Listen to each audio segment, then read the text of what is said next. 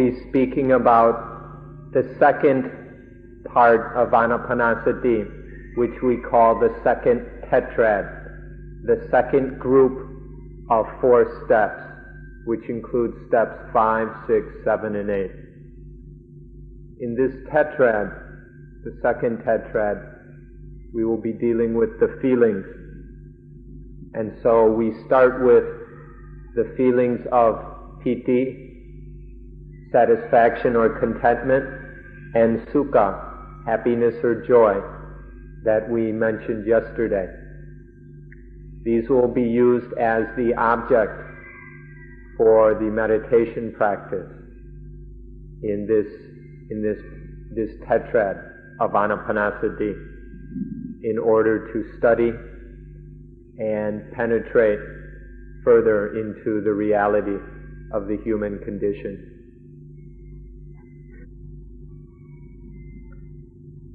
So, in this stage of the practice, we use piti, contentment, and sukha, joy or happiness. These are associated with the previous step, step 4, having to do with calming the body conditioner.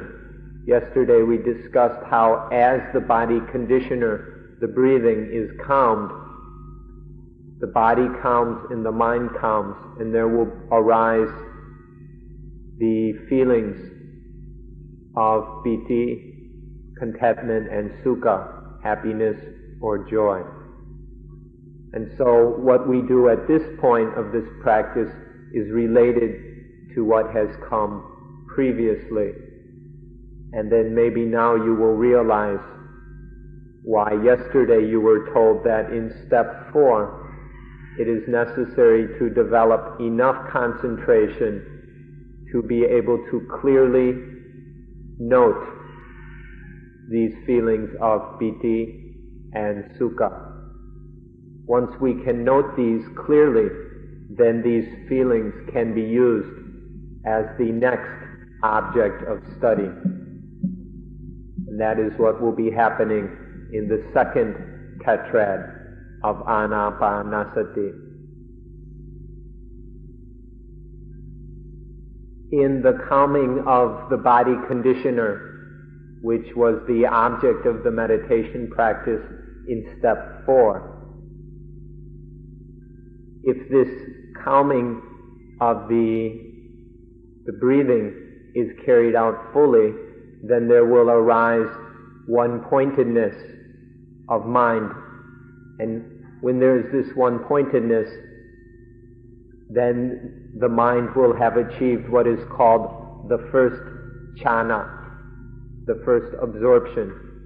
And in this there are the 5 factors of jhana, of which the third is piti and the 4th is sukha. When piti and sukha are factors of jhana, then they are very clear and apparent. And they are very easy to be taken as objects of further practice. And so this is the value of being able to develop the degree of concentration that is known as jhana. But even if that is not possible, as we have said, piti and sukha can still be present, even if the first jhana has not been attained. And so these slightly less strong or clear levels of piti, contentment, and sukha, joy, bliss, can still be used in the following steps of Anapanasati meditation practice.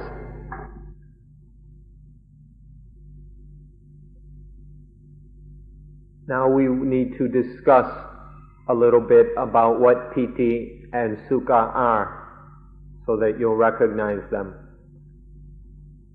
Piti we translate as contentment or satisfaction. In the calming of the body conditioner, the breathing, that takes place in step 4, or actually that takes place all along, but that is the object of the meditation practice in step 4. As this calming of the breathing continues and becomes more and more successful, the feeling of satisfaction or contentment will arise, being satisfied with the mind's ability to calm the breathing. Success in step 4 leads to satisfaction. When there is satisfaction or contentment, which we call piti, then sukha, happiness or joy, will automatically follow. We don't have to wonder about this, because as soon as there is piti, the contentment, then happiness or joy will immediately come out of that piti or contentment. And so, in this way, through step 4, the calming of the breathing, these two feelings of contentment and happiness will arise. Let me note for some of you who have read about these kind of things before, that often the word piti is translated as rapture, but here we translate it as contentment or satisfaction. And the word sukha is often translated as bliss, but we prefer the more everyday words happiness and joy. So these two feelings arise out of successfully completing step 4.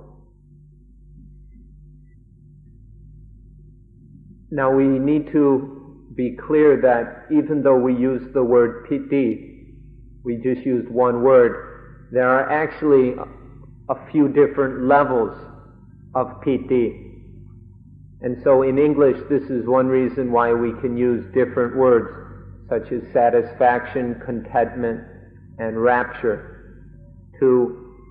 These different English translations can help to point out the different levels of piti. There are weaker and stronger levels of piti which can be experienced through the meditation practice. Now the most important quality of piti is that it is very energetic, exciting, even to the point of being agitating. Low level of piti, which we might call satisfaction, is 1 degree of energy and excitement. Contentment, we might say, is a bit stronger than that, and is even more agitating for the mind.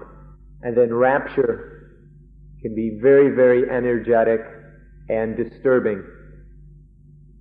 So these different levels of piti, these different strengths of this feeling, carry with them higher degrees of excitement and energy.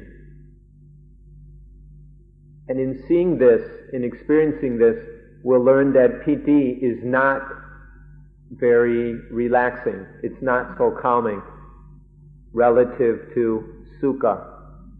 The main difference now between piti, which we've just described as energetic and exciting to the degree of being agitating, and sukha, is that sukha is very calm and tranquil.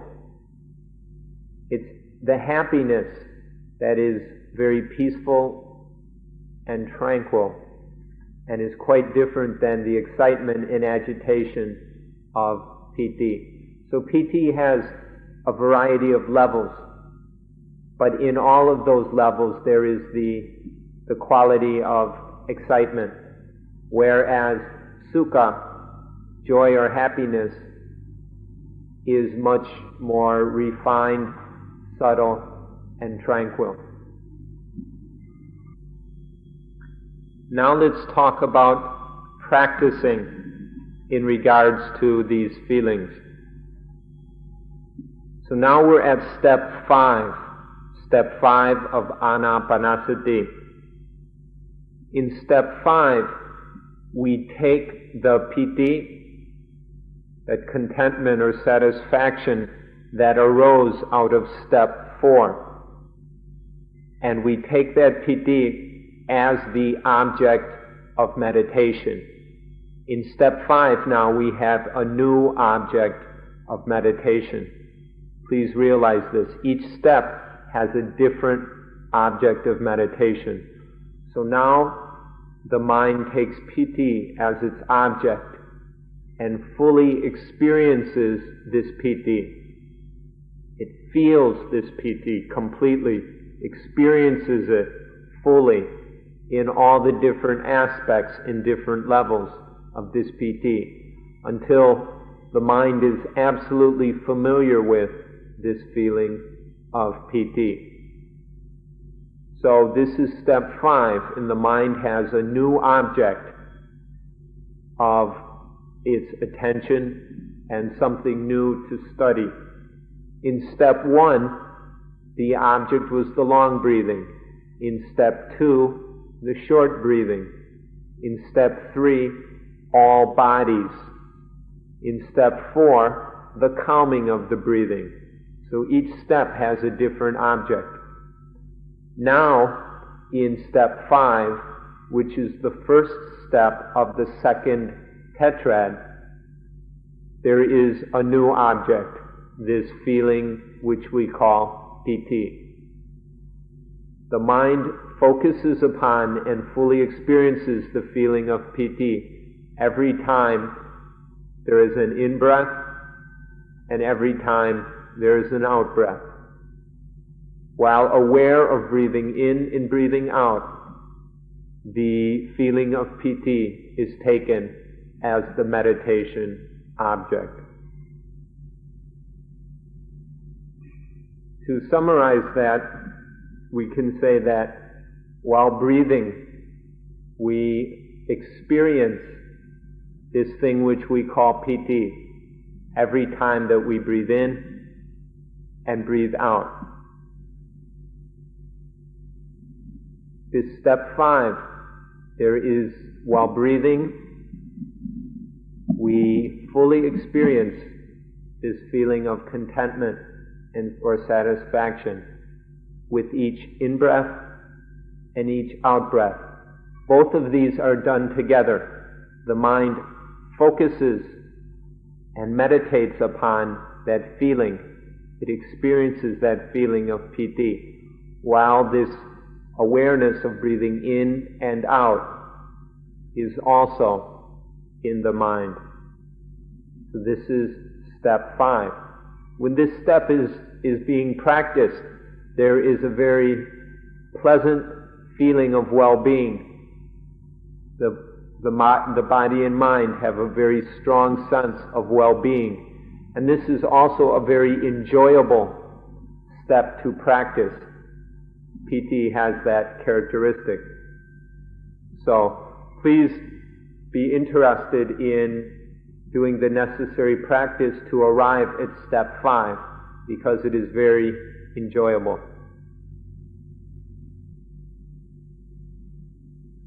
Now, while we are experiencing the feeling of piti, at the same time there must be the studying of this feeling. So it's not just the experience, and for sure there's no getting lost or indulging in that experience, but there must be the studying of that feeling of piti as well, so that knowledge is also being developed in this step. And so through studying piti at the same time that we experience it in the mind, because the mind is the only place where this can be experienced. While this is being experienced, there's also the studying of the feeling itself. How heavy is it, or how light? how strong or how weak, how coarse or how subtle. These different aspects of piti must be studied at the same time that it is experienced while breathing in and breathing out. So this is the kind of knowledge which also must be developed through the practice of step 5.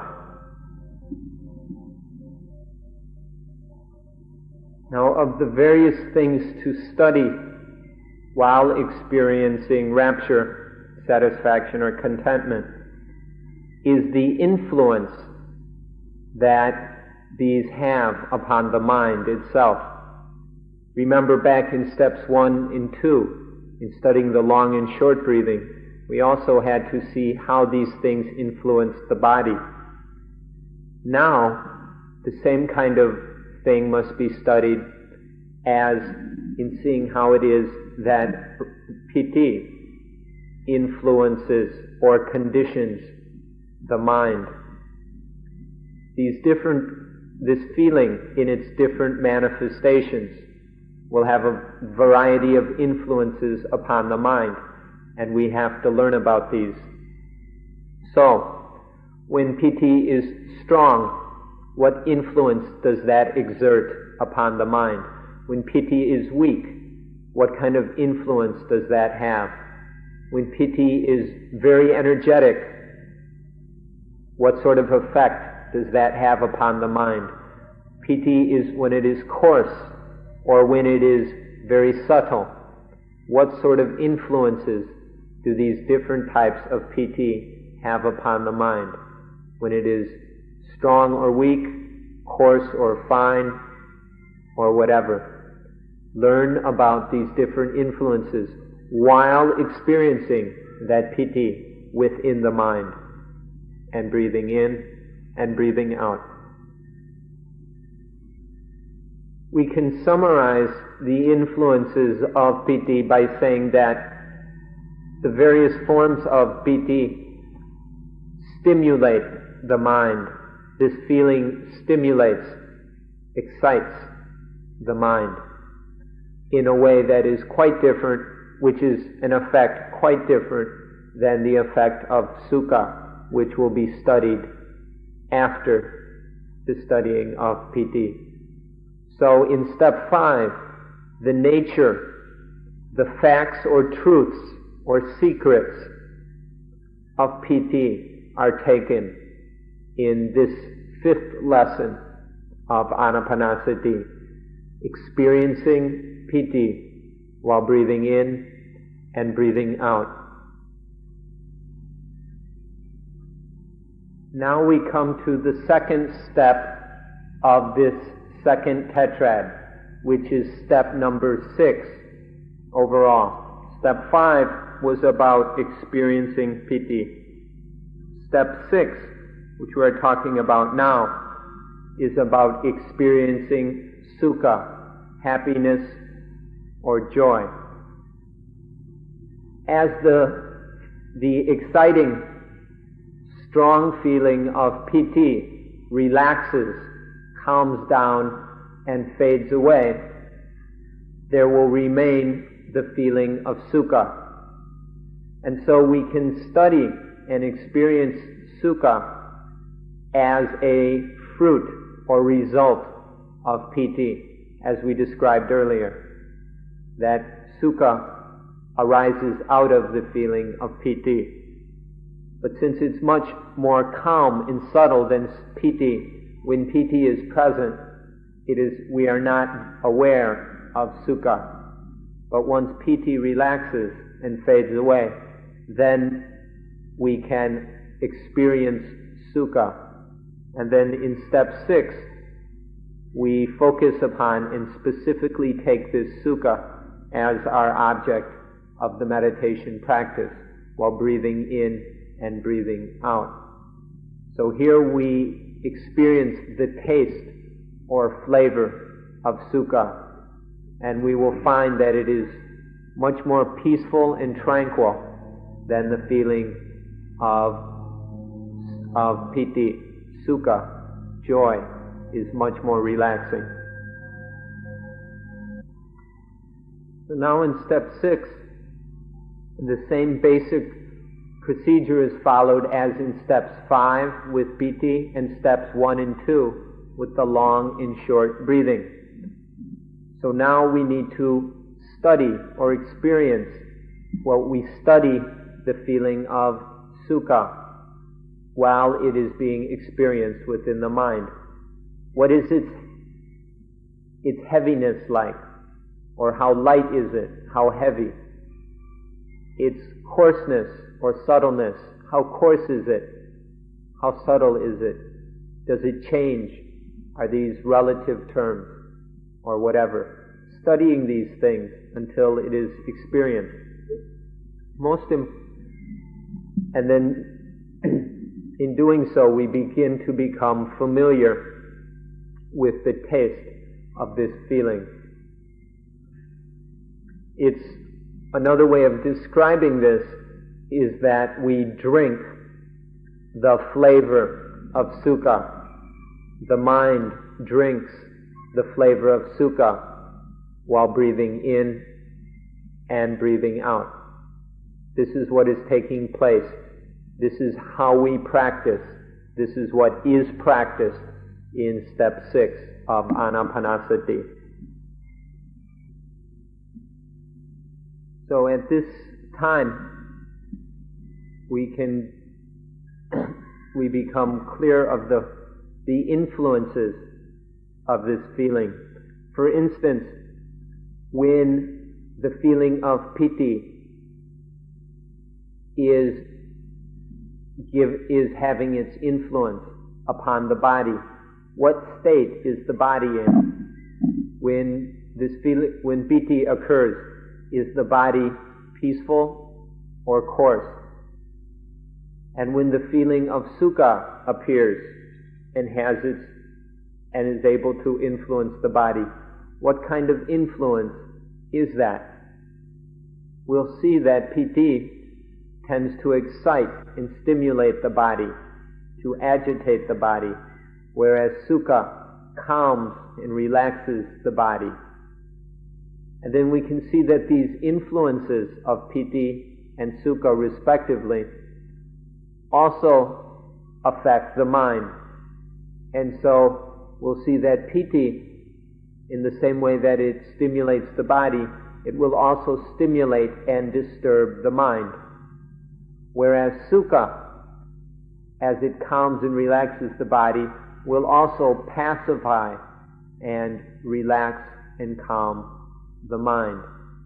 So this is an opportunity now to see these differing influences of the two feelings, piti and sukha. We do this one at a time. First we experience piti, and then later we work with sukha. But in doing so, one at a time, we will also become aware of the differences between the two. So to summarize this, these two feelings of piti and sukha have an influence upon the breathing. One will stimulate and agitate, or let's say excite the breathing, while the other calms the breathing. And with the body, one of these feelings will excite the body while the other one relaxes it. And then this influence continues to the mind. And so one feeling will excite the mind while the other one will help the mind to become tranquil. When you can catch or grab or seize this distinction through your own experience of it, not intellectually, but through having experienced it and know what you experienced, then you will have met success in step 6. If you're not really aware of this the difference between the two feelings, then you need to continue working on them until the difference is absolutely clear.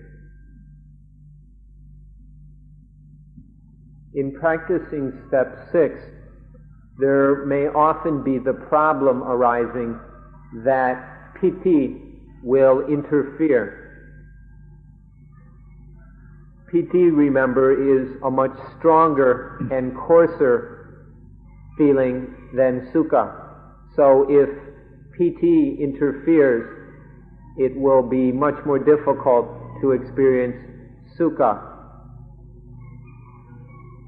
So one has to develop the ability to maintain that feeling of sukha and prevent the more agitating or the agitating and exciting feeling of piti from coming in and interfering. Whenever it interferes, there will be no opportunity to experience sukha because piti will completely obscure and cover up the more subtle and relaxed feeling of sukha. So to practice step 6, the mind has to develop the ability to be full of, in the way that when we drink enough water to fill our stomach, we are full of it. Not so much that we're bloated, but enough so there is that calm feeling of having satisfied the thirst. So being full of joy, of sukha, and being able to maintain that feeling without allowing any other feeling, including the feeling of piti, to interfere, is very necessary in completing step 6. If the mind can't keep this feeling of sukha within it, then it will be very difficult to practice this 6th step of Anapanasati. So that was steps 5 and 6. Now we come to step 7, the third one of this second tetrad. In this step now, we need to experience the mind conditioner, the citta sankhara. Remember yesterday we discussed the Gaya sankhara and the various meanings of the word sankhara. Yesterday we were talking about the body conditioner. Now we need to talk about the mind conditioner. The word citta includes what we mean by mind and also the meaning of heart, or we could also use the word consciousness. So this is the citta, and it is conditioned by the things we call the vedana. Piti and sukha are vedana. And as in steps 5 and 6, we learn to be aware of the influence that these vedana have upon the citta, the mind.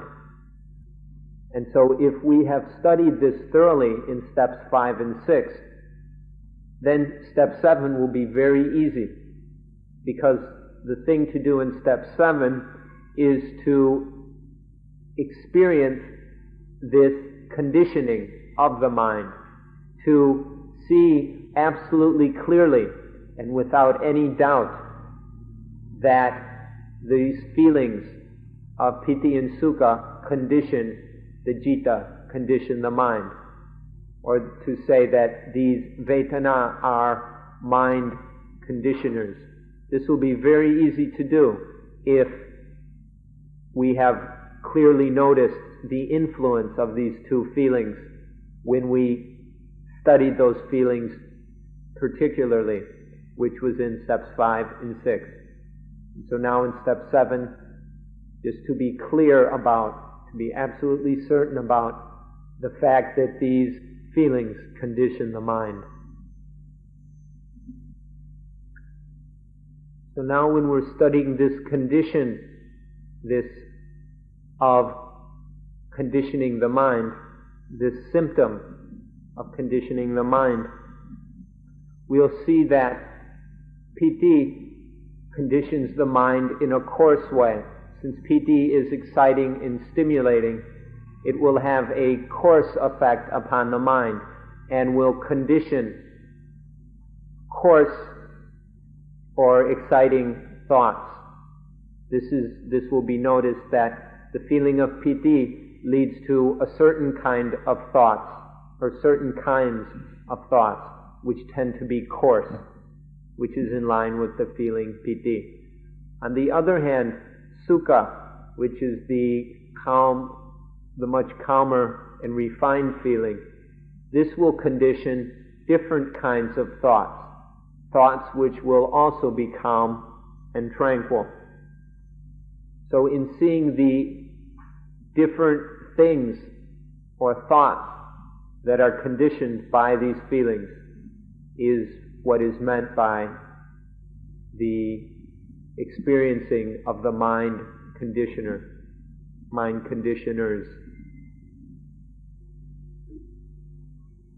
Now, when piti is very coarse and strong, it may actually cause the body to shake.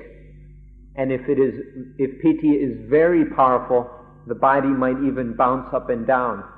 This feeling can be so powerful and stimulating that it can do all kinds of things to the body. Needless to say, when the body is shaking or bouncing up and down, it will be very, very difficult for subtle and peaceful thoughts to arise in the mind. So this is the effect of piti. On the other hand, sukha is very calming, soothing, and relaxing. And so the body will be very tranquil. And in such a case, it is very easy to do very subtle and profound, detailed thinking, because there is not this excited disturbance of piti, whether in the body or in the mind.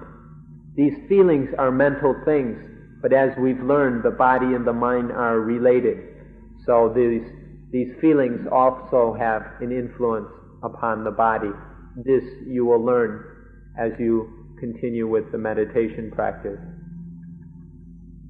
So, learning these various things about the feelings, and in particular learning how these feelings condition the mind, this is what is meant by experiencing, knowing, fully comprehending the mind conditioners. This state or truth that the feelings condition the mind is the important fact or secret of nature, which is the object of step 7 of the practice of Anapanasati. Now, in studying these two feelings and the influence they have on the mind, we'll learn that in one way they are enemies of each other, because when, as we described, the strong feeling of piti will totally obscure the feeling of sukha, while on the other hand we cannot even be aware of sukha unless piti fades away. So we will be aware of this fact. Another important fact which will be realized is that these two are, let me put it this way. We'll also realize that sukha cannot arise without piti, that sukha is dependent upon piti. As we described, first there is the successful completion of something. Some activity, whether physical or mental, worldly or spiritual, is done with a certain degree of success. And then the mind will be satisfied or content with that success. This satisfaction is the excited, stimulating feeling of piti. When there is piti, then there will also be sukha. It will arise automatically out of the piti, but we won't be able to notice it because that's still more powerful and exciting feeling of piti will obscure the sukha. So this way, but then once that piti calms down, when the mind gets tired of all that agitation and excitement, then there will be this soothing and tranquil feeling of sukha. And in experiencing this, then we will see that sukha is dependent upon the piti. And we'll learn much about this interrelationship between the two. In learning about this, then we will also have a very useful tool in calming the mind. As we see the difference between the influences of these feelings, we will have an even more subtle tool than was developed earlier for relaxing, soothing, and calming the mind. We can summarize all this by saying that piti is an enemy of vipassana, whereas sukha is a friend or supporter of vipassana. Many of you have heard this word vipassana. It's become quite a popular buzzword in meditation circles, though many people don't really know what it means. Vipassana means insight into the truths of impermanence, dukkha, unsatisfactoriness, and anatta, not self. Vipassana is this direct seeing into these fundamental characteristics of existence, and it is not properly applied to any one specific meditation technique, but it is properly used in relationship to this activity of mind where truth is seen. For vipassana to occur, the mind must be very refined. It must be on a very subtle level, and piti will interfere with the necessary refinement of mind. When there is piti and the mind is agitated and restless or stirred up, stimulated by this feeling of piti, then there will be no vipassana. It will be impossible to see the truth of things, at least in any profound or detailed way. And so this is why we say that piti is an enemy of vipassana. However, sukha, because it is soothing and calming, it will help and support the mind in being in a very refined, clear, relaxed, peaceful state, which is very appropriate for the arising of insight into the true nature of things. So this is another very, very significant difference between piti and sukha. And so this underlines the importance of being able to control these two feelings. If we can't control these feelings, then it will be very difficult to go about vipassana in any systematic or certain way. But by controlling piti so it doesn't interfere, so it doesn't cloud up, disturb, and agitate the mind, and by maintaining sukha because of the mind's control over the feeling of sukha, then vipassana can take place. This is another very important secret to be learned. So we can summarize the practice of these steps that we've been talking about so far today as things which condition the mind, the things that we call the vedana or vedana. The feelings condition the mind. Piti conditions the mind in a coarse way, and sukha in a fine way. And so these are the mind conditioners. This is the important fact that needs to be learned through the meditation practice, not through intellectual speculation. when we meet up with this truth, when this truth is discovered within the mental experience, in the experience of these things as it happens within the mind, then this truth is noted, is focused upon, is taken as the object of the meditation practice. Step 7 is to use this truth which has been discovered, that the Vedana are mind conditioners. Take this as the object every time that there is an in-breath and every time there is an out-breath. Experiencing the mind conditioners while breathing in and breathing out. This is step 7. Discover this truth and then focus upon it. Take it as the 7th object in this meditation practice. Step 8 now is called calming the mind conditioners. What we've been talking about today parallels what happened in the first 4 steps that have to do with the kaya, the breathing, and the body.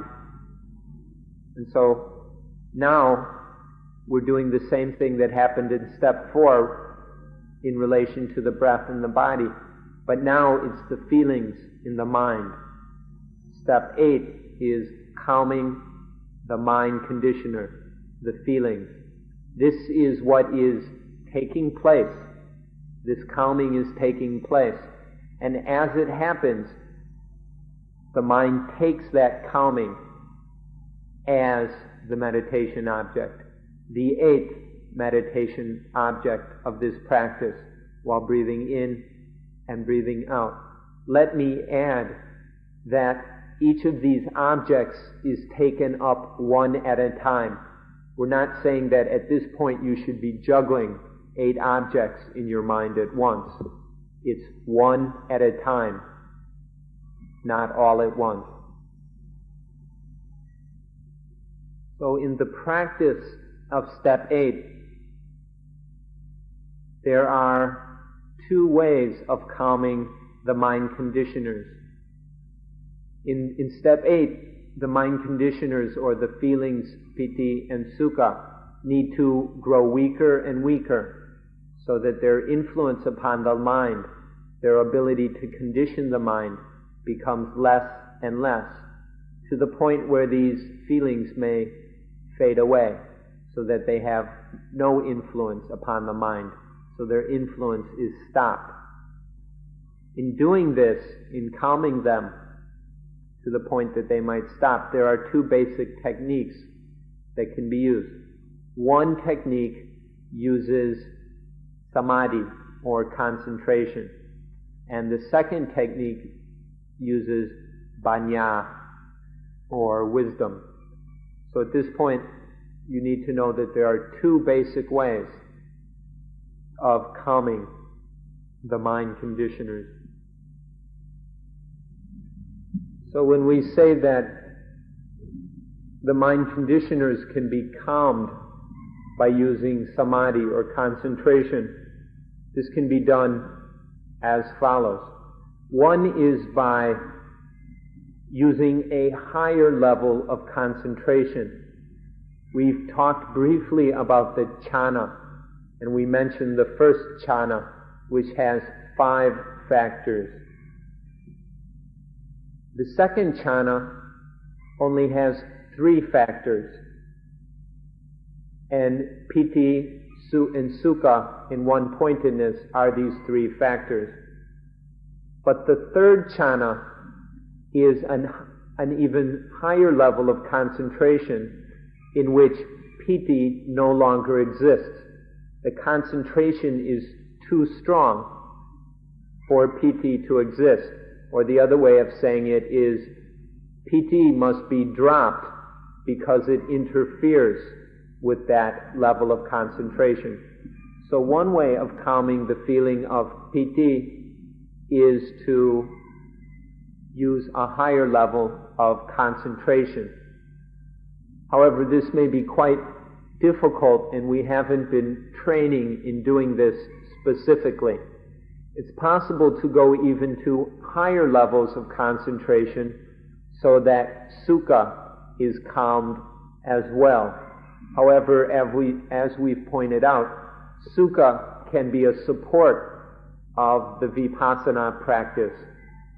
And so it's not necessary to get rid of the sukha, but it is very important to drop the piti. And one way of doing this is to develop an even higher level of concentration where the piti will not exist. But for those of us who aren't able to develop such a refined level of concentration, another method exists. And this is to take a different object of the mind, to use something else, so that concentration on something else will prevent that piti from existing or from disturbing the mind. And once again, it's not necessary to get rid of the sukha. So there are these different ways of using concentration to calm the mind conditioners, specifically the feeling of piti.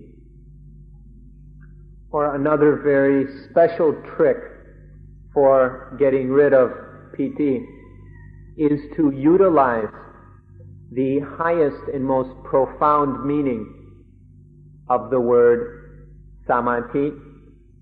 We discussed ekakata, one-pointedness, or when the mind has one pinnacle.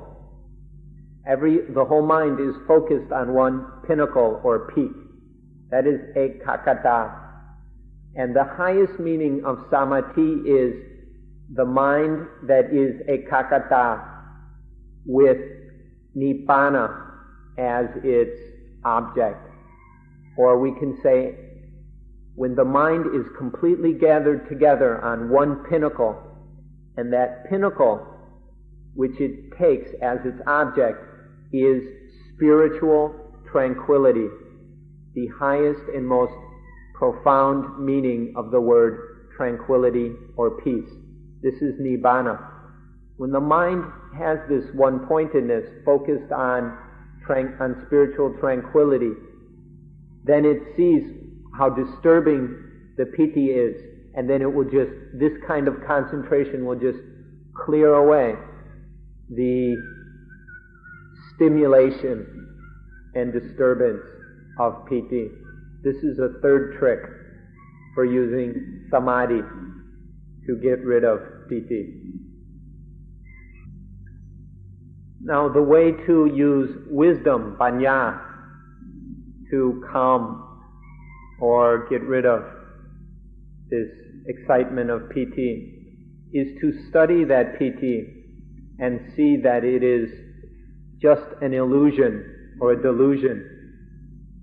To just study it with wisdom and see it for what it really is. And then seeing its illusion, we'll become tired of it and bored with it. And then we'll be able to get rid of it in that way. Or we can study it to see what causes it. What are the factors that support and maintain this feeling of piti? And in seeing this, and seeing that piti is so disturbing, then we can let go of those causes, those supporting factors, and then the piti will go away. Another way of seeing this is to study the piti until we've seen its atsata and its atinawa. Atsata means its charm, the charming, attractive quality of it, which is like a bait. And the atinawa is the penalty, which is like a hook. When we go fishing, we take a pointed, dangerous hook and hide it in something tasty that will attract the fish. Piti has both that tasty something which is attractive to us fish, and it also has that hook inside which catches us.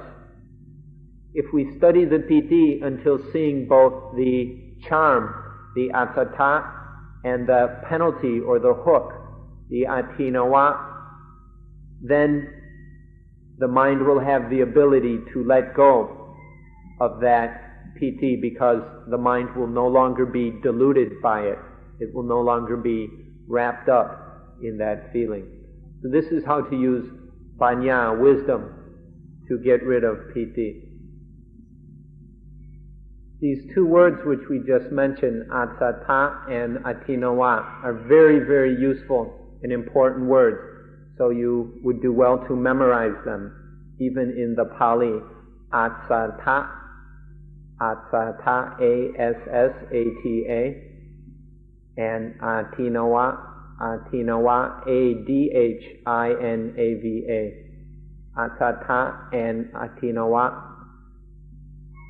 If we understand the meaning of these words fully, this will give us a very powerful tool in freeing the mind from being deceived by worldly conditions.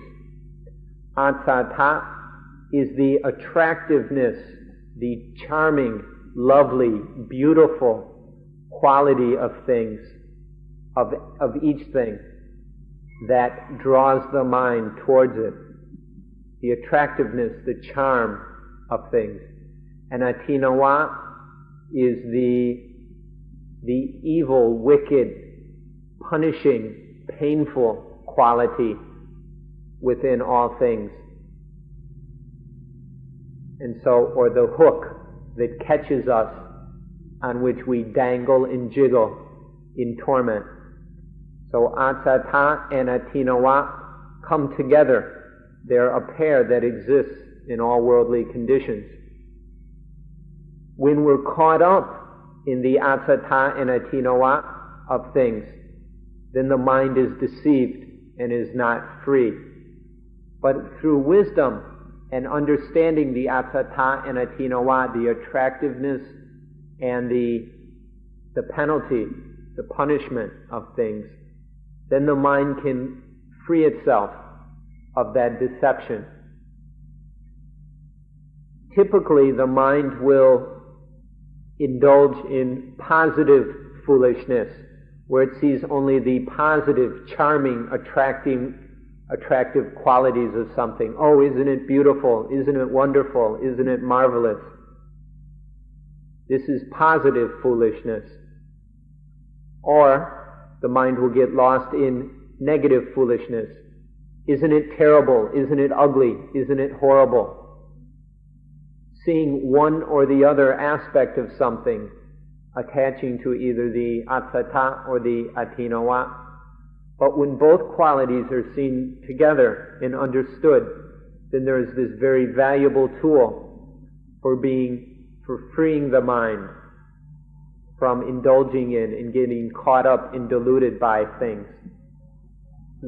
Or it can be seen this is a very valuable way of protecting the mind. The mind can protect itself from things, from being caught up and deluded by things, by seeing everything by seeing the atinawa and the asata and the atinawa of things. So you would do very well to understand the meanings of these words and apply them in your daily life. So at this point, the mind now has control over the feelings, has developed the kind of mastery and self-control where the feelings no longer have the power to drag the mind this way or that way. The mind has the control over these feelings so that it is not a slave to them. The pleasant and happy feelings of piti and sukha no longer have the ability to condition the mind in different ways. The mind has control over this situation. Now, so far we've only talked about these pleasant feelings of piti and sukha because these are the kind of feelings that arise when the mind relaxes and becomes peaceful. And so they're the kind of feelings that are available to us to be used in the practice of Anapanasati. However, we need to be aware, if we aren't already, that there are also unpleasant feelings, feelings of dukkha, which we call tukha vedana. Unpleasant feelings also happen in life, feelings that are not satisfying, which are unhappy, painful. These kind of feelings also have a tremendous influence upon the mind, and we can see how much our life is conditioned by running away or trying to avoid these unpleasant feelings. The mind is also conditioned by these unpleasant feelings. In learning to be free of the pleasant feelings, which are much more attractive, then also the mind can be free of the unpleasant feelings if step 8 of Anapanasati is practiced fully. So, taking the fact or the truth of the calming of these feelings, taking the fact that the mind is free of the conditioning of the feelings as the object of the meditation while breathing in and breathing out is the final meaning of the practice of step 8. So in step 8, we take the fact or truth of calming the feelings, or of the feelings having been calmed. The mind is free of them now. The mind is no longer conditioned by the mind conditioners. Take this fact as the object of meditation while breathing in and breathing out. When this can be done, then you will have met with success in the practice of step 8 of Anapanasati. And step 8 completes the 4th tetrad. The 2nd tetrad. There's one last point to consider today, which is the question, why do we include this tetrad based on the feelings? Why is it necessary to work with the feelings in this practice of Anapanasati? You may ask, especially if you know some meditation theory, why don't we just go on to Vipassana and get to Nibbana as quick as possible? Why spend this time on the Vedana? The reason for this is because the Vedana, the feelings, have such a profound and powerful influence on our lives. The delicious flavors of things, or the unpleasant flavors of experiences, are pulling the mind in all sorts of directions. The mind is often dominated by these feelings, and so life is under the control of the feelings, and we are enslaved to these pleasant and unpleasant feelings. Because of this slavery, the world has become taken over by materialism. Through materialism, the different objects which lead to either pleasant feelings or unpleasant feelings tend to take over our lives. We spend our lives in pursuit of the objects which lead to pleasant feelings, and we spend our lives running away from the objects which cause unpleasant feelings. And so our life is just a slavery to these material objects, and this is materialism. Because of materialism, there is all kinds of strife, conflict, and war in the world, fighting over the objects which bring pleasures, and trying to dump all the nasty stuff, such as pollution, on the third world, or the people who are too weak. So our world is full of these wars and strife because of this materialistic attitude, which is all based in the feelings, because we have no control over these feelings. The lack of peace in the world is because of our inability to control the feelings. So at this point we don't have to speak about Nibbana. Let's just talk about living in this world in a decent way. If we want to live on this planet in peace, within ourselves and with others, then we need to be able to control the feelings. This ability to free ourselves so we are no longer enslaved to the pleasant and unpleasant feelings is absolutely necessary if we are to live as decent human beings. And so this is the reason that these steps regarding the feelings have been included in the practice of Anapanasati. This is why they're so very important. The progress towards Nibbana continues as we work on these feelings, but in learning to get control over them, we develop the ability to live in this world in a way that is conducive to peace and tranquility. So this is why we need to work on the feelings, in order to bring peace into our own lives and into the world we live in. So the appropriate amount of time has been used up, and we request that today's talk end on this note. Thank you.